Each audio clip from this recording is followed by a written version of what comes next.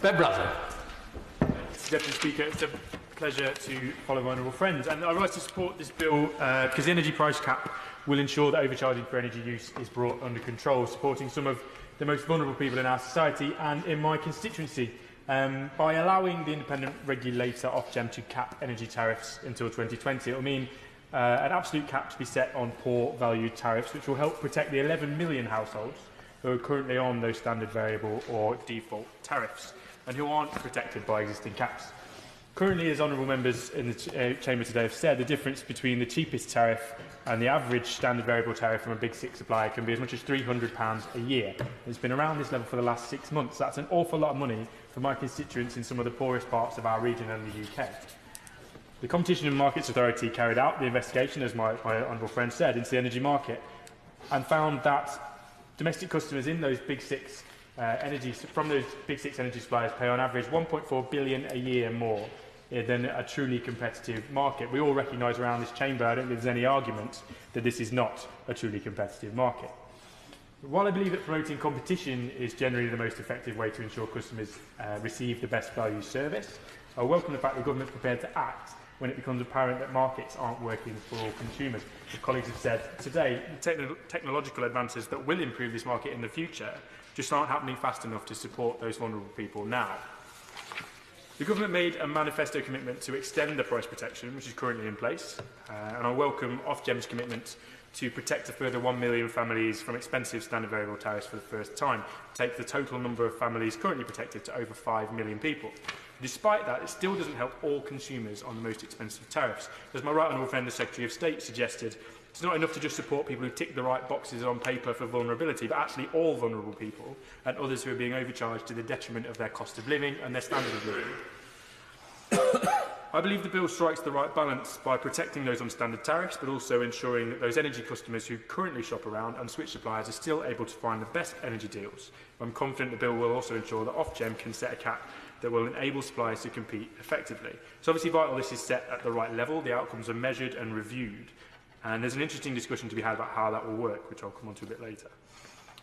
It's right to highlight that this is a cap and not a freeze, as many colleagues have done. Companies will still be expected to compete below the level of the cap and attract customers just as they were before. Nobody will be prevented from reducing their bills by switching supplier or changing tariff, and energy companies will remain able to pass on savings to consumers where that's possible. It's also important to acknowledge that the price cap is also intended to be a temporary measure. While innovations such as smart meters and more reliable switching are fully rolled out, it's not always easy to switch. Even in my own house, my wife and I are trying to work out why my energy bills are so high. Is it an appliance? Are we doing too much washing? Are we having too many cups of tea? Or is it my tariff? And it's not easy to work out without a smart meter. My energy supplier won't give me a smart meter, and it all gets very complicated. So it's important that we take these measures now until those services are available for people to be able to do this quickly and easily. There are provisions in place to ensure that the cap is set at a sensible level and reviewed regularly. But Ofgem will have to consult on how they will calculate the level for the cap. It will also have the flexibility to go up and down depending on market conditions. And I agree with my right honourable friend, the member from West Dorset, when he says that this should be a formula and not a number. But I support the initiatives which help to encourage consumers to switch energy suppliers, of course, support a competitive energy market. We've gone from 13 to more than 60 suppliers since 2010, which can only be a good thing. And my honourable friend, the member for Harlow, mentioned the Robin Hood Energy company in Nottinghamshire, which is a great local example of one of those new competitor companies delivering lower prices. But it's the people who don't have the means to call around and ask for different energy quotes, or don't have access to the internet, including elderly people who might not feel confident enough to use price comparison websites, that are suffering the most under the current system. It's also families, frankly, with too much going on to get around to ever switching. But Ofgem's recent survey found that vulnerable consumers are the most negatively affected by the current market. I'm sure it's not a situation that any of us in this House would support.